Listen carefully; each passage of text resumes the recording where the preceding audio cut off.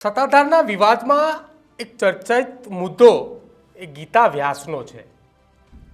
જે જગ્યા ઉપર સત્તાધાર આવ્યું છે એ જગ્યાની બરોબર નજીકમાં બનેલો એ બંગલો એ ગીતા વ્યાસનો, ખરા અર્થમાં એ બંગલો શું ગીતા વ્યાસનો છે અને ગીતા વ્યાસ અને વિજય ભગતને લઈને શું સંબંધ છે તેને લઈને વારંવાર ચર્ચાઓ થઈ રહી છે। જો કે હવે આ ચર્ચાઓની વચ્ચે આખાય બંગલાને લઈને માહિતીઓ સામે આવી છે। જે બંગલાની અંદર ગીતા વ્યાસ રહી રહી છે એ બંગલો કોઈ જેતપુરના એન્જિનિયરનું હોવાનું પણ સામે આવે છે અને સાથે એ જમીન અંગે પણ ખુલાસો થાય છે કે જે જગ્યા ઉપર એ બંગલો બંધાયેલો છે એ બંગલો ભૂદાનની જમીનનો છે।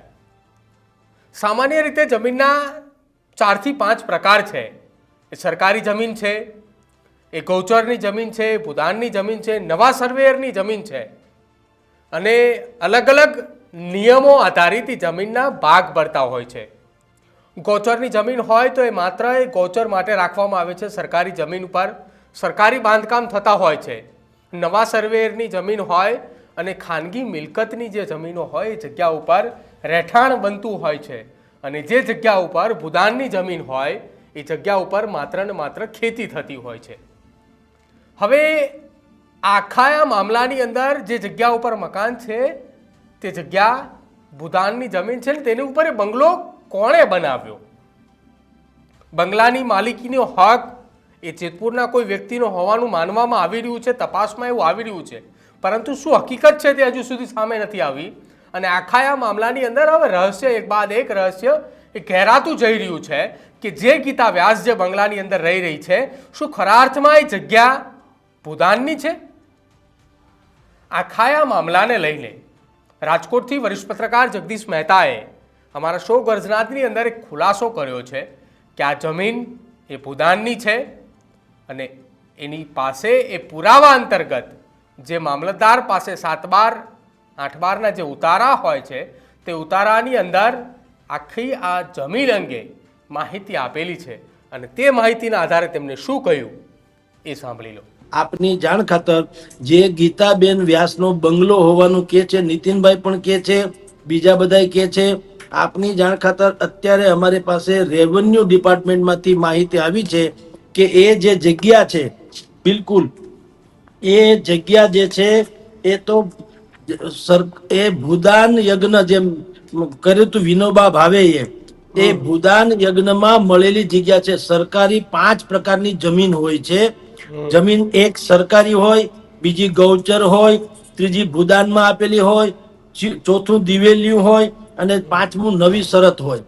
એમાં આ ભૂદાન સંપત્તિ સૌનું દાન, સૌના વશમાં, સૌના દિલમાં વસજો રામ, જે ભાઈ વિનોબા ભાવેએ આપેલી હતી એ જમીન જે છે એ અત્યારે એમાં બંગલો બાંધીને ગીતાબેન વ્યાસનો બંગલો બંધાયેલો છે, ત્યાં રહે છે।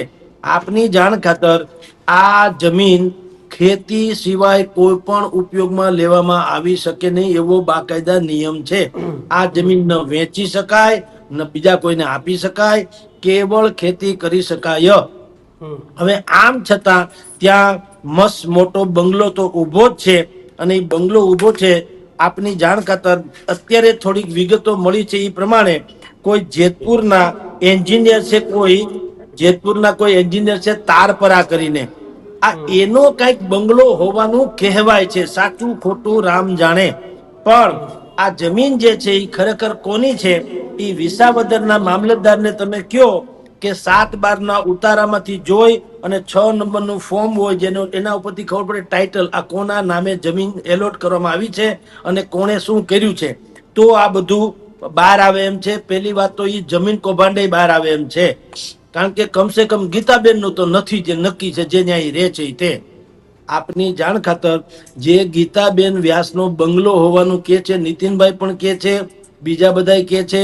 આપની જાણ ખાતર અત્યારે અમારી પાસે રેવન્યુ ડિપાર્ટમેન્ટમાંથી માહિતી આવી છે કે એ જે જગ્યા છે, બિલકુલ એ જગ્યા જે છે એ તો એ ભૂદાન યજ્ઞ જેમ કર્યું હતું વિનોબા ભાવેએ, એ ભૂદાન યજ્ઞમાં મળેલી જગ્યા છે। સરકારી 5 પ્રકારની જમીન હોય છે।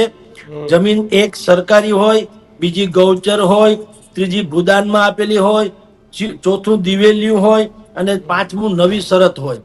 એમાં આ ભૂદાન સંપત્તિ સૌનું દાન, સૌના વશમાં, સૌના દિલમાં વસજો રામ, જે ભાઈ વિનોબા ભાવે એ આપેલી હતી, એ જમીન જે છે એ અત્યારે એમાં બંગલો બાંધીને ગીતાબેન વ્યાસનો બંગલો બંધાયેલો છે, ત્યાં રહે છે. આપની જાણ ખાતર આ જમીન ખેતી સિવાય કોઈ પણ ઉપયોગમાં લેવામાં આવી શકે નહીં એવો બાકાયદા નિયમ છે.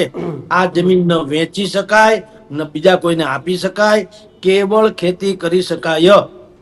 હવે આમ છતાં ત્યાં મસ્ત મોટો બંગલો તો ઊભો જ છે, અને એ બંગલો ઊભો છે. આપની જાણ ખાતર અત્યારે થોડીક વિગતો મળી છે એ પ્રમાણે કોઈ જેતપુરના એન્જિનિયર છે, કોઈ એન્જિનિયર છે તારપરા કરીને, આ એનો કઈક બંગલો હોવાનું કહેવાય છે. સાચું ખોટું રામ જાણે. પણ આ જમીન જે છે એ ખરેખર કોની છે એ વિસાવદરના મામલતદારને તમે કયો કે 7/12 ઉતારામાંથી જોઈ અને 6 નંબરનું ફોર્મ હોય જેનો એના ઉપરથી ખબર પડે ટાઇટલ આ કોના નામે જમીન એલોટ કરવામાં આવી છે અને કોણે શું કર્યું છે, તો આ બધું બહાર આવે એમ છે. પહેલી વાત તો એ જમીન કૌભાંડે બહાર આવે એમ છે, કારણ કે કમસે કમ ગીતાબેન નું તો નથી, જે નક્કી છે, જે ન્યાય રહે છે તે.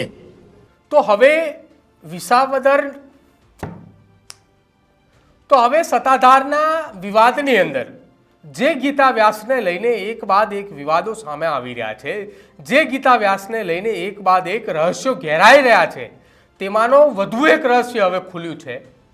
અને રહસ્ય ખુલતાની સાથે જ પાછું ક્યાંક ઘેરાતું હોય તેવું લાગે છે. જે બંગલાની અંદર ગીતા વ્યાસ રહી રહ્યા છે એ બંગલો કોનો છે, અને બંગલાની જમીન એ શું ખરેખર ભૂદાનની જમીન છે? જો આ અંગે આપની પાસે કોઈ માહિતી હોય તો જરૂરથી અમારા કમેન્ટ સેક્શનની અંદર જણાવજો. અમારી ચેનલ ન્યૂઝ રૂમને આપ આજે જ લાઇક કરજો, શેર કરજો અને સબસ્ક્રાઇબ કરવાનું ભૂલતા નહીં. નમસ્કાર.